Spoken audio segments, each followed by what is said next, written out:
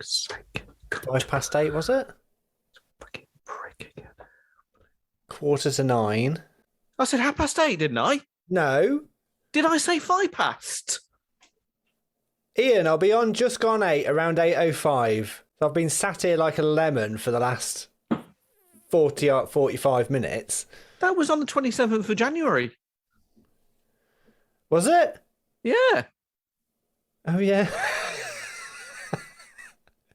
I've been fucking sat here since 8:00. What do you say? I say you're wrong. Sorry. It's all right, don't worry. I thought being a bit mardy. There's no need for that, is there? I've been sat here for ages. Where the bloody hell is he? Yeah, Thursday the 27th of January.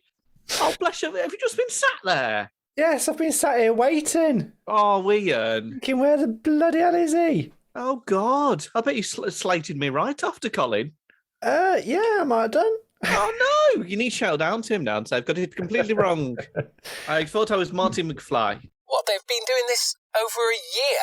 When I recorded the first jingle, I gave them 3 months. And it's still going, and no one understands how. You're listening to 3 Men and a Microphone.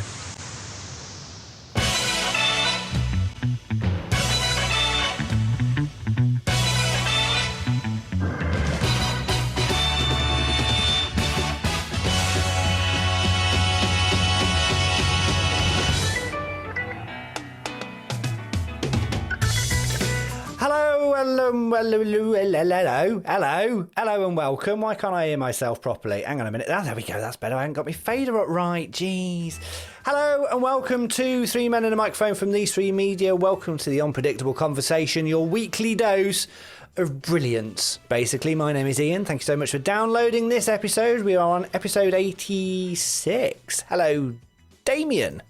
You think after like 86 episodes, you know where the bloody fader was? Do you know what I mean? I thought, pre this show, it thought, let's have a good show, let's be slick, let's be polished. You turn into Borris and Peston at the same time. I know. And hello, Darren. This week he's gone to a swingers convention this weekend, so he's not going to be joining us. I'm afraid. He said he wanted to go. We said, "Who are we to stop you?" I asked for an invite, and he's blocked me. So, but no, we wish Darren well. I heard you were banned from the place he's gone to after last time. Yeah, I thought the whole was like. Yeah. We send him our wishes. Darren is with his family this week. We love you, and we will see you very soon. Much love to you and your family. Yes, indeed. So, yeah, no Darren this week, just me and Damian, but it's going to be great. We've got lots to talk about. So let's start the unpredictable conversation right about now.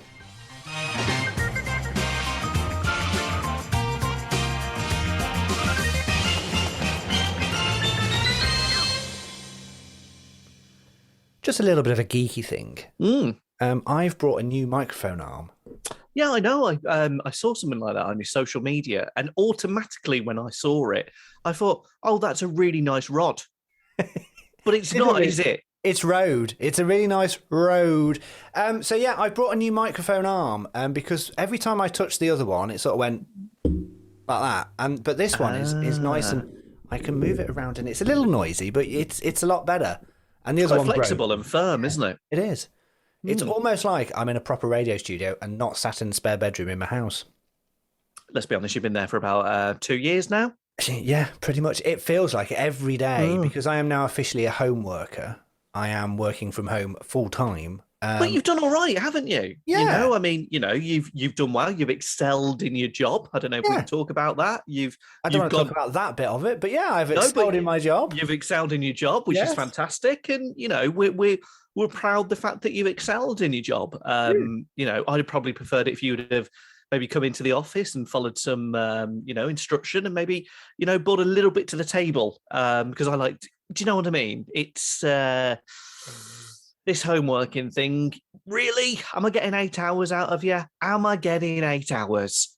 As I post this on my LinkedIn page, which a lot of people that I work with and from the company may listen to, yes, I do work non-stop for 8 solid hours a day. You see what I did the once, and this is a good idea for any managers out there. So you sit down with your staff basically, and you go, okay, right, plain piece of paper now. Let's get ourselves a pen, and what we're going to do, we're going to draw the clock. Okay, what do you mean you're going to draw the clock? I said clock. Okay, sorry, clock. So you draw a clock, okay, on a plain piece of paper, and you divide it up into like 4 little sections in the circle of the clock. And then you do your hour slots. And basically you turn around to your staff and you go, okay, then I want you to fill in now on every slot there what you do in that hour. Okay. And then by the end of that, then you should tell me what you do during an 8-hour day. Most people get up to about hour number 4 and then have run out of stuff to do. So as a manager or a director, you kind of go, well, that's good, isn't it? So I'm paying you for 8 hours a day and you filled into hour number 4. I'll tell you what, you can go part-time. Yeah, you won yourself a watch. See you later. However, you can't expect people to work non-stop for that amount of time. You know what it's like. You know that I'm sure there's times when you're sat in your office, you're sat in your office. I'm sure there's times when you're just sat there and you go, just have a quick look at that on the web. Let me just have a quick look. I'm just going to have a quick look on my phone. And then you're scrolling through Facebook or Instagram or something. No, I'm not doing that again because I did it today and it's ruined my telly for tonight because I was doing it and in the front, the apprentice person who went out. And I was like, why do you do that? That's your own fault because it was broadcast the night before and it's like over 12 hours. So that's your own fault for spoilers on that sort of thing, I'm afraid. And I think I found out who was in The Masked Singer as well. I know one of them. Don't want to know the other one. Oh, I don't watch. No. I don't watch. So anyway, going back to that, sometimes I just refer back to my clock and I figure out, I've got more to do in hour number 5. Well, it isn't like I've brought one of those little gadgets that you can put on your keyboard that every 30 seconds just presses a key to stop Teams showing you as offline. And anybody that's been working from home over the last hour, that Teams ringtone is the most annoying thing in the world. Horrible. I don't miss that at all. Oh, it's like the ding for the messages. Just leave me alone. Anyway, so this week we've had the Sue Gray report. Dun, dun, dun, dun, dun, or we've had part of the Sue Gray report. We've had a update to the Sue Gray report. Let's just go back to Sue Gray, right? No one saw her provide this report. There was no footage of okay, now we're going to join Robert Peston. We won't talk about Peston until later. But there was no, we need to go now live. Sue Gray has delivered the Sue Gray report. Well, who is she still? She's just an E-fit. Who are you, Sue? Sue. She has delivered her update, and it was quite a scathing. In fact, it was a very scathing update. But she couldn't give details of any of the events that happened because of the conveniently timed police investigation by the Metropolitan Police. Nothing to do with Cressida Dick owing her job to Boris Johnson or Rishi Sunak's brother being second in command.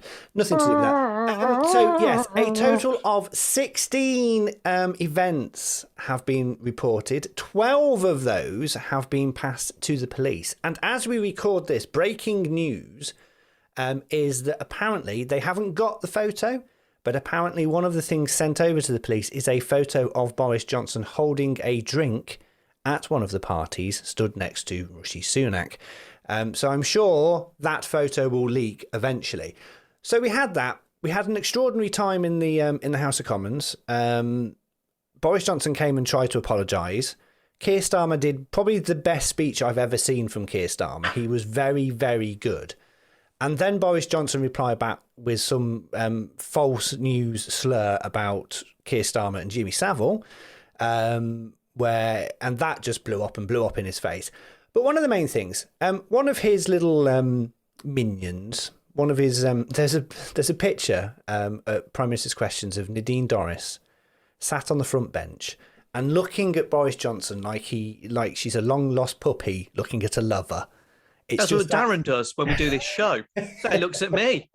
So sweet every week. And slightly dead behind the eyes and a bit nothing in between. It's quite. I don't know who this is. I don't know if I've seen it. Nadine Dorries is the culture secretary, so she's in charge of she's the one that said the BBC shouldn't be funded by the licence fee, and she also appeared on I'm a Celebrity. Yes.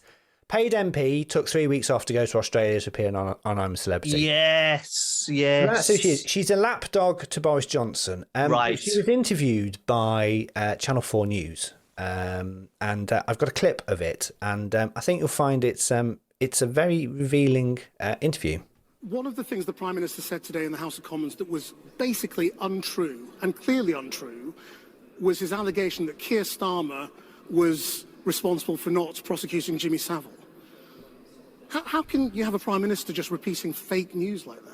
Am I bothered? But do you think I'm bothered? I don't care, mate. I ain't bothered. Look, my face. Is it bothered? Do you think I'm bothered? Look at my face, right? Are you looking at my face? Look, calm Is any down. part of it bothered? Can someone call her parents? Are you disrespecting my family?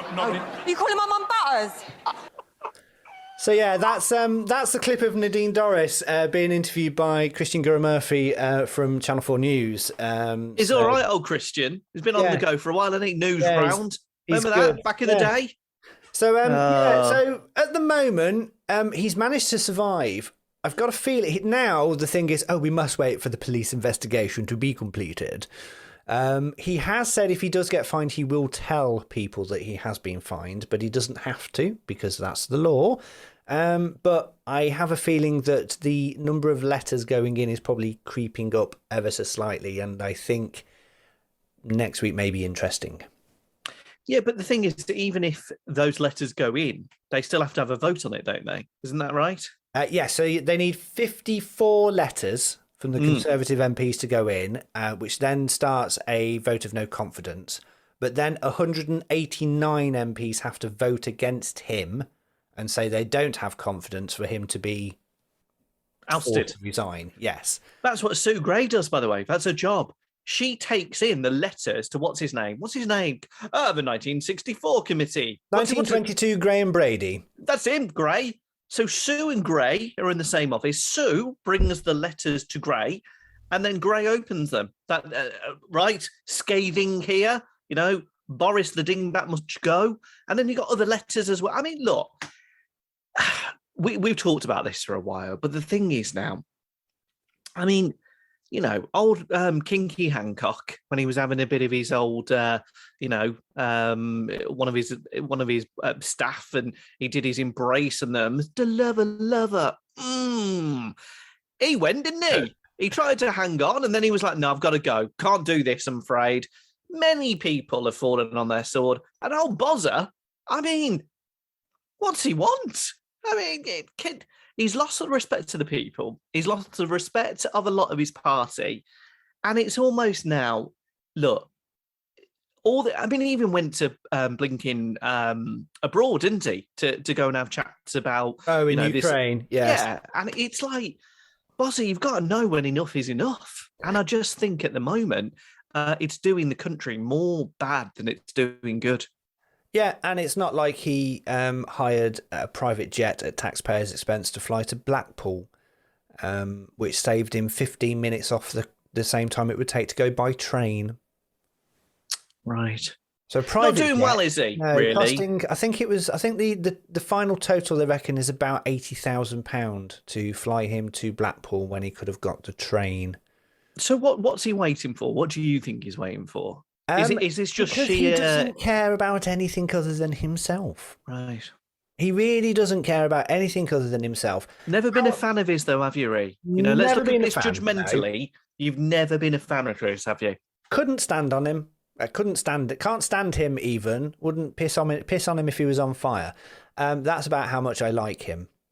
Just for editorial reasons, we don't mean if he was on fire, piss would not go on him, because, again, that's wrong. However, I know what you mean. He is a bumbling idiot at times. Again, no fire, no piss, no meaning. Thank you. And that ends this week's political part of the show. on your podcast feed, on your radio, and on your smart speaker. This is Three Men and a Microphone from These Three Media. So we've had the political news of the week. It is now time to hand over to our big new feature on Three Men and a Microphone. It is time for Peston Watch.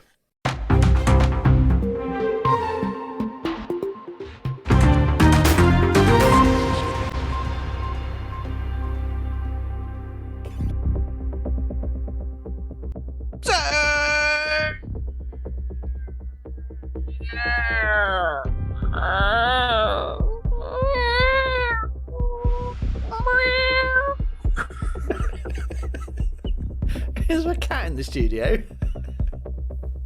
Gotcha. So, in the aftermath of number 10 Exodus, the PM allegedly quoted Rafiki from The Lion King saying change is good.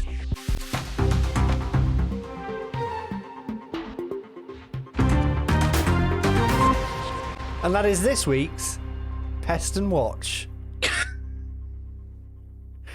What was that? What was the tweet? I didn't understand any of that.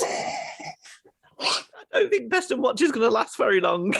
I think it was a thing, but there you go. I think that was the last Peston Watch, to be honest. Unless Robert Peston retweets it at some point or some. Yeah, you never know. But on Twitter, because it sounds nothing like it. the so does, but nothing else. So that, along with Damian's bits, will probably not be returning for a while. But we thank you, Robert Peston, for being very entertaining.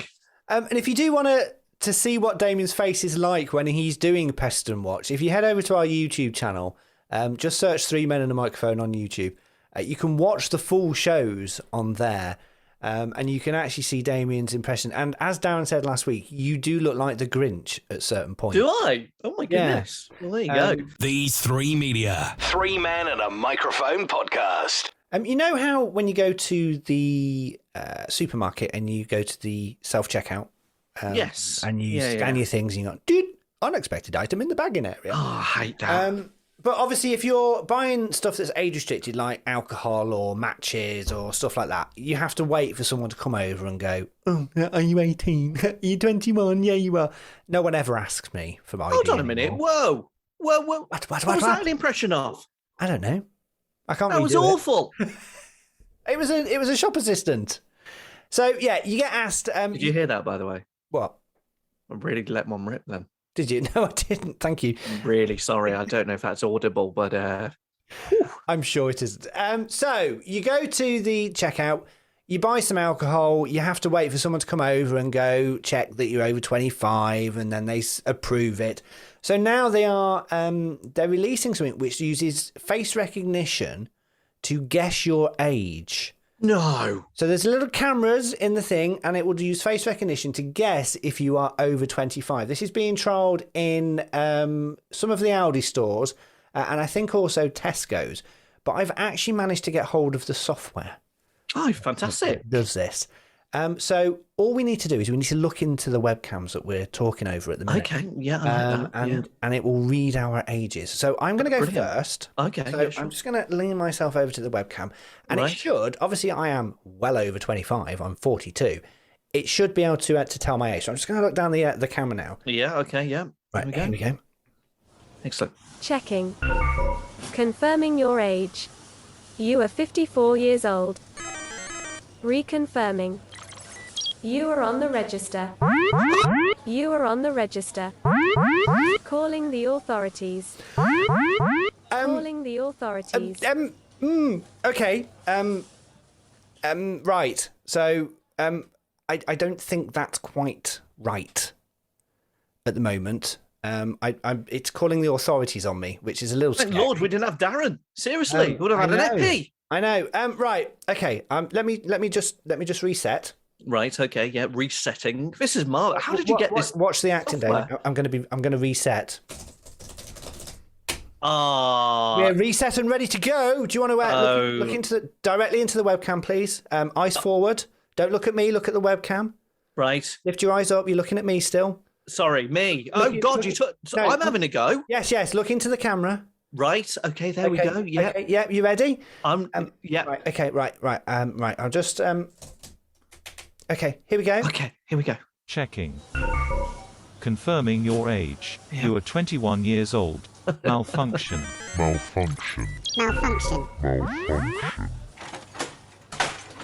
Rebooting. Peston update loading.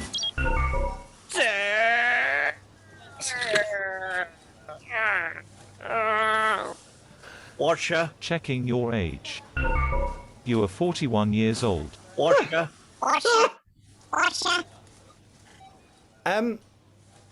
think it might need some work.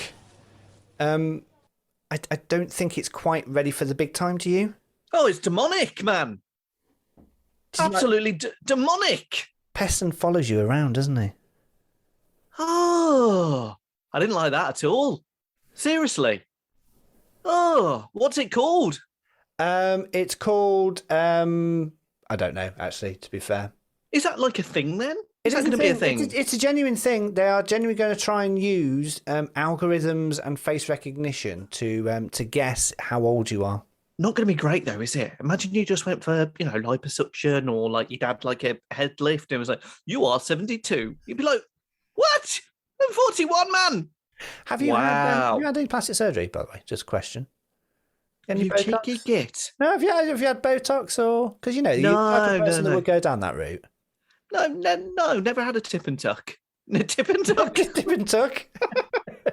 No, never done it. No. No, I'm trying to think actually. No, I've had the old fake tan and stuff, and I had my eyebrows tinted at, obviously, as you know, Potato Gate. But no, would I ever? Possibly. Yeah, I've mentioned to my wife that I'm quite partial to maybe getting her some breasts at some point. Getting her some breasts. Yeah. What was her response to that? I mean, she was like, do I need them? So then I was in a hole, weren't I then? I was like, of course you don't need them, babe. Well, why would you suggest it then?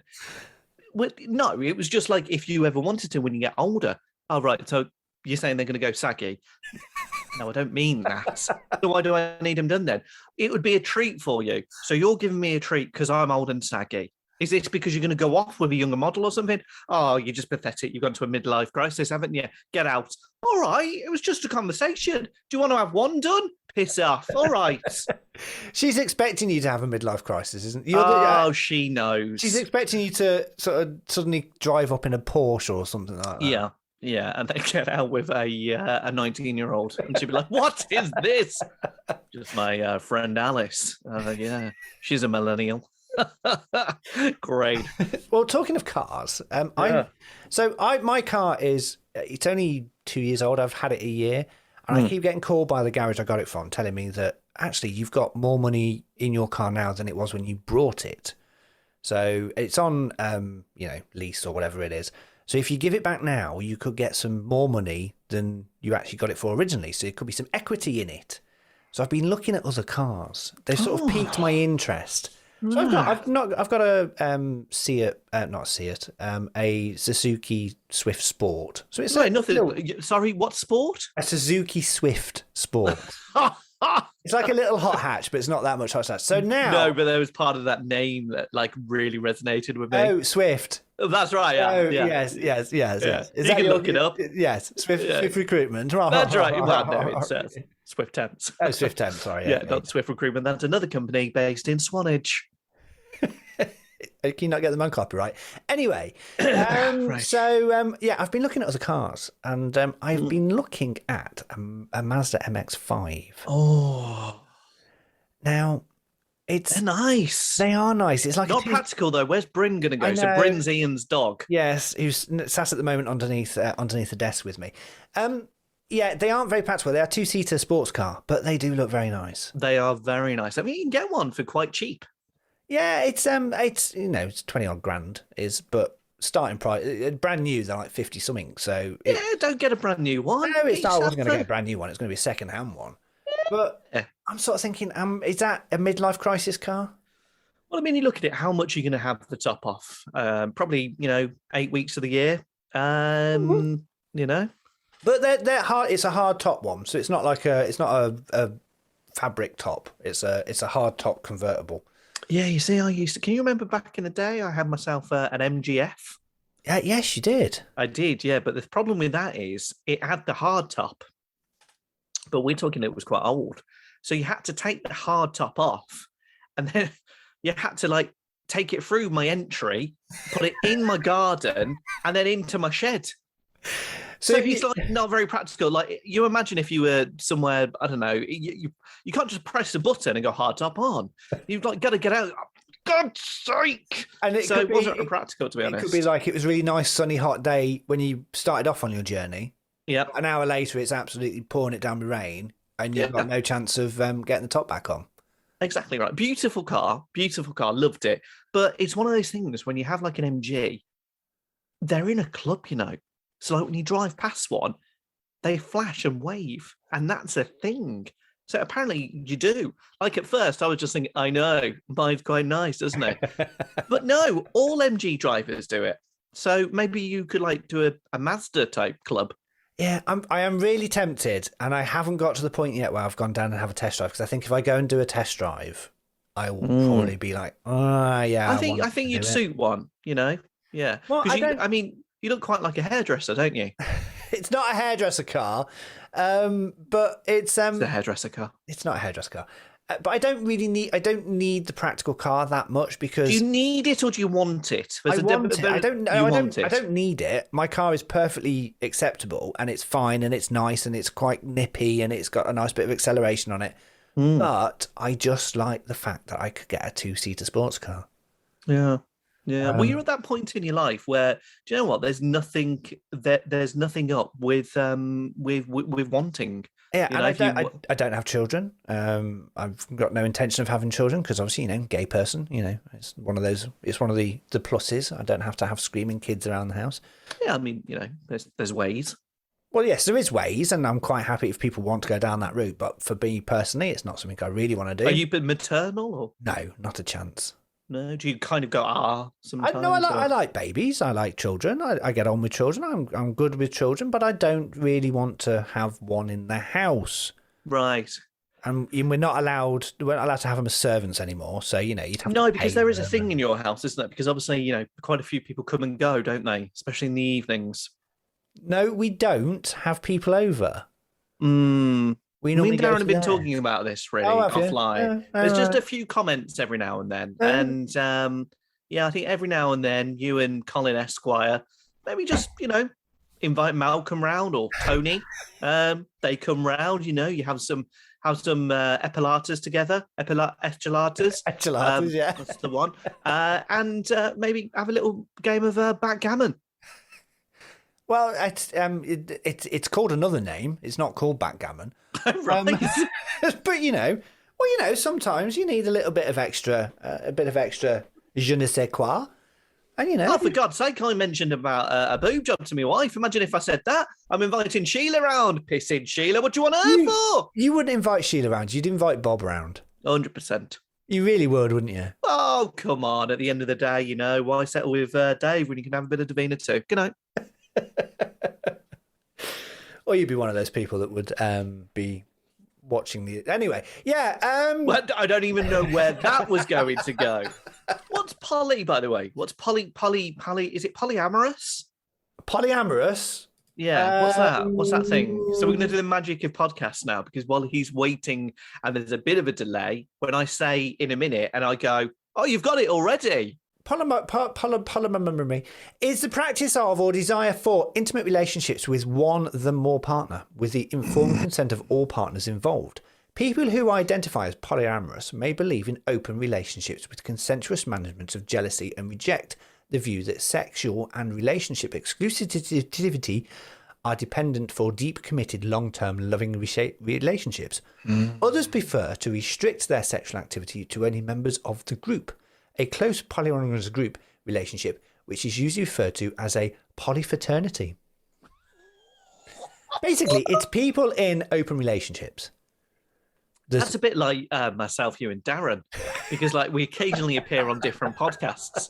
Is that like a thing? We could have a polyamorous relationship with other podcasts. So what you're saying is basically in a polyamorous relationship, so you could kind of, be with Karen, and then the next night you could be with Barbara, then you could be with Danielle, and like they'll all be like, okay, no problem. Have a great night. But Karen could also be with Steve and be with Jeff. Absolutely. And be with Harvey Keitel.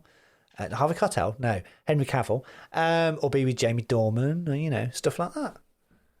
That's not too far now, isn't you? It could work both ways. I would be with Jamie Dornan. We've discussed this before. Did you watch The Tourist? I did actually, yeah. I quite liked it. Went on for a bit though. It was a bit long. It could have been dragged it out, to be honest. Yeah, it could have been. It's the same as that Netflix show that you were going on about. That went on for too long. That could have been done in about 5 episodes. Very pretty. The police officer. She's again a larger girl, really pretty. What was I watching? And she was in that, and I was like, oh, there she is. But Jamie Dornan, can I just, as someone that you appreciate the male figure, can I just say that t-shirt and jeans combo on him? Oh, tremendous arms! It's like, whew, blimey. I mean, seriously, he is armless. It was, a great forearm. Great bicep. Jeez. Yeah, I mean, did they or didn't they in it though? That's the question. Did they or didn't they? I would think they may have done, and they've left it open for another series. I think. But she loved that part, didn't she? Oh, we sat downstairs watching it, and I literally went, "You lucky bitch." Oh. I was like, particularly when he was like, he got up out of bed, and I was like, oh, you lucky cow. Jeez. Oh, God. What I wouldn't do to be in your place. Like what you're listening to? Then don't forget to rate and review the podcast wherever you listen. This is 3 Men and a Microphone Podcast.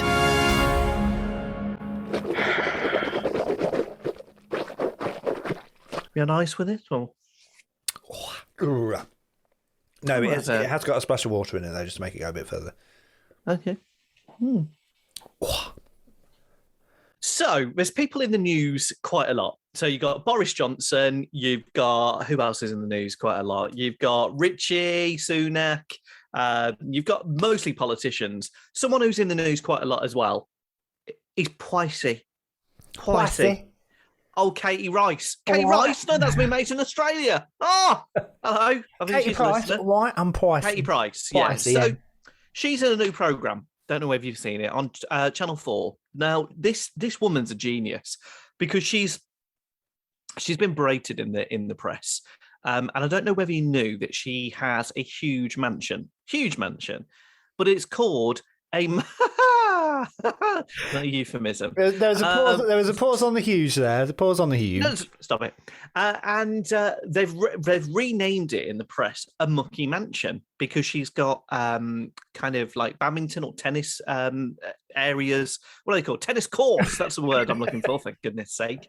And they're all mouldy and horrible and gone yucky. They've got a swimming pool that's just full of leaves and just vile. So it's basically been dubbed the Mucky Mansion. Now, Channel 4 got hold of this and they decided that they were going to make like a fly on the wall documentary. Now, how much do you think she's paid making the Mucky Mansion not so mucky?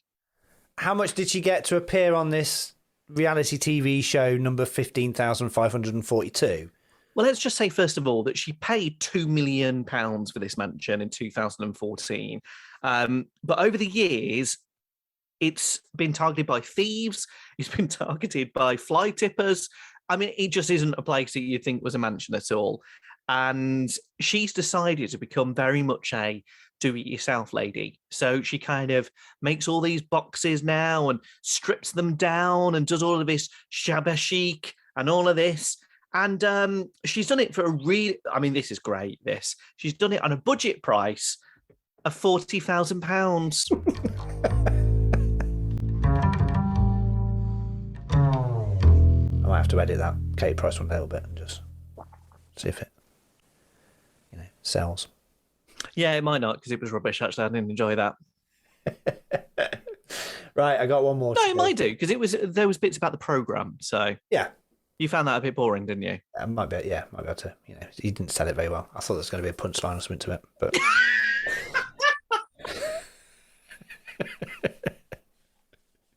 you were reading again, weren't you?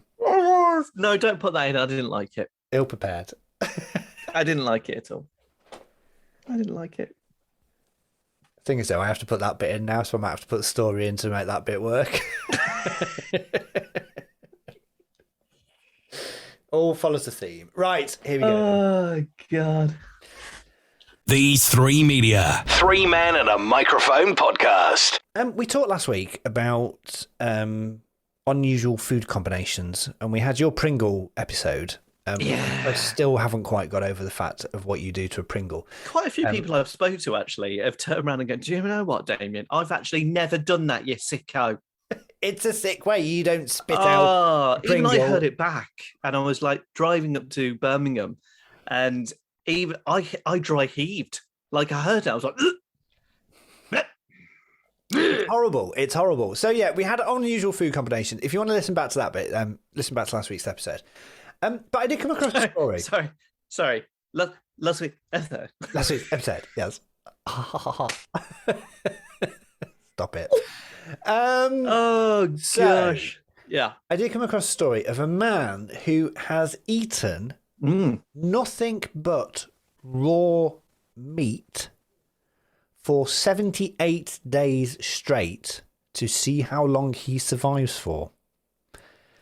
Hang on a minute. Right, just before... Right. Was this for a show? Did he get money for this? No, he's he loves meat so much that he thought he'd put to test. He thought he'd test how long he could survive with eating fresh, emphasis on the fresh, raw meat every single day. He has so far managed 78 days. His favourite uncooked food include swordfish, which, you know, sushi is raw fish mainly, so I can sort of understand that. Steak, and you can have what's that blue thing? You can have blue. No, what's that thing you get in the restaurants? You have it as a starter, and it's raw beef. It's very, very thinly sliced, and it's very nice, but it's very fresh. It's like next day after it's killed meat. Parma ham. No, not Parma ham. It's cannelloni or something like cannelloni? that. Hang on a minute. What's cannelloni? So it's steak tartare. And it's basically very thin slices of raw beef. And I have had it, and it's very nice. So I can understand some of that. The bit Don't get that in my little chef, to be honest. No. The bit I can't really understand is the fact that he also likes to eat raw chicken breasts. Right. Okay. Now you've got to stop here now, because that's got the old botulism going on there. So it clearly that's right. Raw beef. I get, but chicken. Read everywhere. No, raw chicken. Ill. Yes, just don't do it. It's almost, even if you could, even if it wasn't very dangerous, and don't ever eat raw meat unless it's properly prepared, and just don't do it basically. But he's dead, isn't he? No, he's still alive. But it's also the fact it's the texture of raw chicken. I do not like, if you take a chicken breast out of the packet and it's like that slimy. Like, it's just horrible. The thought of eating it was just like... I draw the line at having anything rubbery, tough, or silky, or anything like that in my mouth.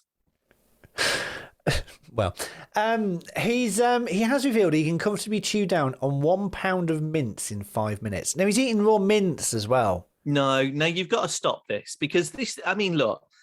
we don't have kids listening to this because of the content, but, listen, adults, don't be coming off this podcast thinking, what the fuck was that Katie Rice story? Just think to yourself now, let's not go near the fridge and have some raw beef, okay? There's plenty of it. Have yourself a Pringle and spit it out, and then, have it like that. Have yourself a croissant, or even, as Ian said, have some cannelloni. some beef tartare. But yeah, he's in a coma, isn't he? No, he is. You can follow him on Instagram. I'll even give you his Instagram account. If you want to go and follow him, you can go to Raw Meat Experiment on Instagram. Can we get him on? No. I think you may have to be careful of searching Raw Meat Experiment on Google. That may bring back some results you weren't expecting. But if you go on Instagram, he is Raw Meat Experiment. He has 94,000 followers. So, when he was eating like the raw chicken, and someone said to him, what did that taste like? And he turned around and he was like, that was foul. Really? Is that your joke? Fuck's sake, bring Darren back. So we do struggle with two of us, don't we?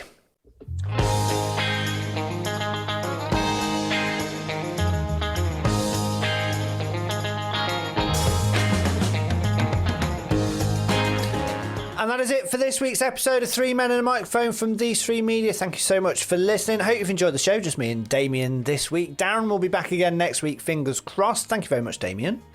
Yeah, thank you very much. Been good. Thanks for everyone who's downloading, leaving lots of nice comments, tweeting, and generally talking about us. Will Boris be the Prime Minister next week? Will Peston return to Peston Watch?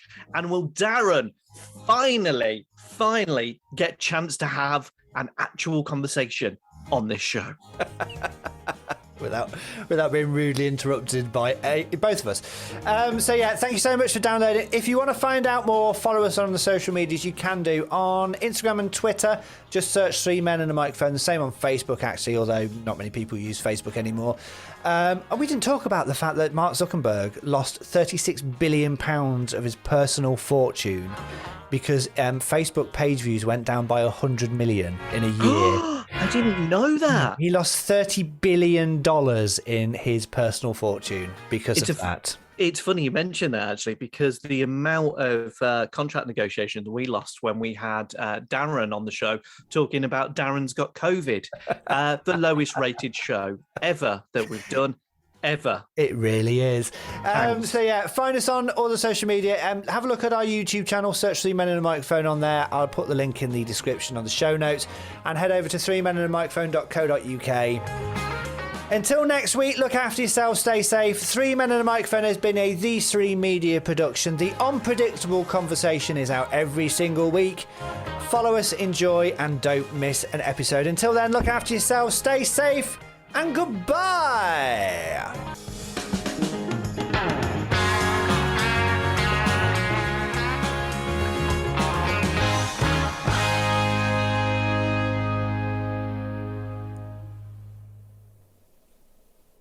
It's like every 3 or 4 months you'll have one really funny story. Cheeky git. Wow. Yeah, the story. Once Katie Price said, yeah. Anyway, enough of slating myself. Thank you. Weren't bad, really, was it, to be fair? Yeah, it was fair enough. So, what is cannelloni? Cannelloni is raw beef, freshly cut off a dying cow. Moo. That sounds so wrong.